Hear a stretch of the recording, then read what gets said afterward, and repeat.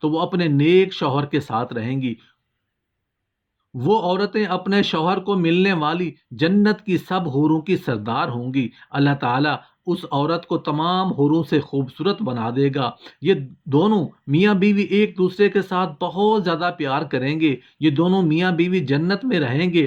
جو عورت کنواری فوت ہو جائے گی اس کو جنت میں اختیار دیا جائے گا کہ وہ جنت میں جس مرد کے ساتھ چاہے گی اس کا نکاح اس مرد کے ساتھ کر دیا جائے گا۔ ایک عورت نے رسول اللہ صلی اللہ علیہ وآلہ وسلم سے دریافت کیا، جب کسی عورت کا شوہر فوت ہو جاتا ہے ہم اس کے بعد دوسرے سے نکاح کر لیتی ہیں، ان میں سے جنت میں اس عورت کا شوہر کون ہوگا؟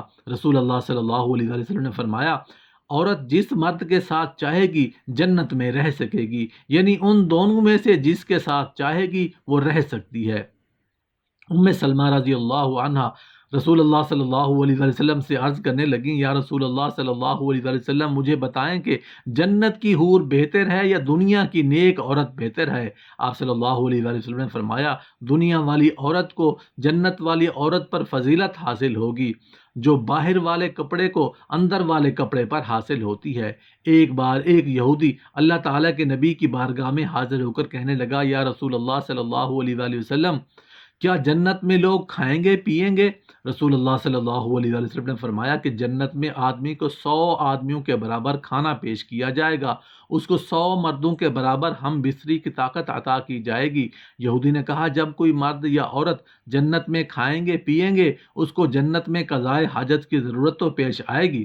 اس پر رسول اللہ صلی اللہ علیہ وآلہ وسلم نے فرمایا، جنتیوں کی حاجت اس کے پسینہ کے راستے سے خارج ہو جائے گی، ان کے پسینہ سے مشک کی طرح خوشبو آئے گی۔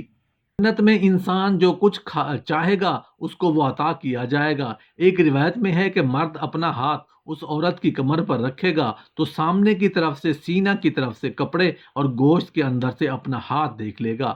مزے کی بات یہ ہے کہ مرد جب بھی حور سے صحبت کرنے جائے گا اسے ہر بار کنواری ہی پائے گا، لیکن ہم بستری سے کسی کو کوئی تکلیف نہیں ہوگی اور نہ کوئی رطوبت اور خون کا اخراج ہوگا۔ مرد اپنی حور کے جسم کو ویسا ہی پائے گا جیسا وہ چاہے گا۔ امام احمد نے حدیث حضرت ابو ذرین سے روایت کی ہے کہ رسول اللہ صلی اللہ علیہ وآلہ وسلم نے فرمایا، نیک مرد اور نیک عورتیں جنت میں ایسے ہی لذت پائیں گے جیسے تم دنیا میں لذت پاتے ہو۔ حضرت ابو نعیم رحمۃ اللہ علیہ نے اپنی کتاب صفۃ الجنہ میں ابو ہریرہ رضی اللہ عنہ کی روایت نقل کی ہے کہ رسول اللہ صلی اللہ علیہ وآلہ وسلم سے پوچھا گیا، کیا اہل جنت اپنی بیویوں سے صحبت کریں گے؟ آپ صلی اللہ علیہ وآلہ وسلم نے فرمایا، بالکل، اور خوب کثرت سے صحبت کریں گے، مگر اس کا اعلیٰ تناسل تھکے گا نہیں اور نہ عورت کی شرمگاہ چھلے گی اور دونوں کی شہوت ختم نہیں ہوگی۔ حضرت ابن وہب رضی اللہ عنہ نے حضرت ابو ہریرہ رضی اللہ عنہ کی روایت نقل کی ہے کہ انہوں نے رسول اللہ صلی اللہ علیہ وسلم سے پوچھا، اے اللہ کے رسول صلی اللہ علیہ وآلہ وسلم، کیا ہم جنت میں عورتوں سے مجامعت کریں گے؟ آپ صلی اللہ علیہ وآلہ وسلم نے فرمایا، بالکل کرو گے، اس ذات کی قسم جس کی قبضہ قدرت میں میری جان ہے، تم بار بار کمال قوت کے ساتھ مجامعت کرو گے۔ جب وہ جنتی اس سے فارغ ہوگا تو وہ دوبارہ پاکیزہ اور باکرہ ہو جائے گی۔ بے شک اہل جنت اس روز اپنے مشغلہ میں خوش دل ہوں گے۔ جو مشغلہ ذکر کیا گیا اس سے مراد باکرہ عورتوں سے مجامعت کرنا ہے۔ حضرت سعید بن جبیر رضی اللہ عنہ کا قول نقل کیا ہے، فرماتے ہیں کہ جنتی کے جسم سے 70 سال شہوت ہوگی اور وہ لطف اندوزی کرتا رہے گا، مگر اس مجامعت کی وجہ سے اس کو جنابت لاحق نہیں ہوگی، لہٰذا اس پر غسل بھی واجب نہیں ہوگا اور نہ اس میں کمزوری اور پوئی مردی آئے گی۔ وہاں سوائے لذت اندوزی کے کچھ نہیں ہوگا۔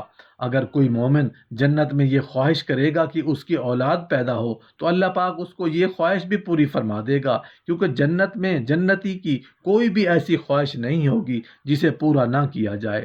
حضرت ابو سعید خدری رضی اللہ عنہ سے روایت ہے کہ رسول اللہ صلی اللہ علیہ وآلہ وسلم نے فرمایا، مومن جنت میں جب اولاد چاہے گا تو حمل، زچگی، پرورش اسی وقت ہو جائے گی جیسے وہ چاہے گا۔ حمل کا ٹھہرنا، مدت مکمل ہونا، اس کے بعد 3 33 سالہ جوان ایک ہی لمحے میں ہو جانا اس حدیث میں ثابت ہے۔ اور قابل ذکر بات یہ ہے کہ حدیث میں لفظ استعمال ہوا ہے کہ جیسے وہ چاہے گا، مطلب یہ کہ لڑکا لڑکی جو جنتی چاہے گا وہی پیدا ہوگا۔ حدیث سے یہ بھی ثابت ہے کہ جنت کی اولاد دنیاوی اولاد کی طرح نہیں ہوگی، بلکہ یہ سارا مرحلہ ایک ہی لمحے میں مکمل ہو جائے گا۔ اور چونکہ جنت میں چھوٹے بچے نہیں ہوں گے، اس لیے بچہ پیدا ہوتے ہی 33 سال کا کڑیل جوان بن جائے گا۔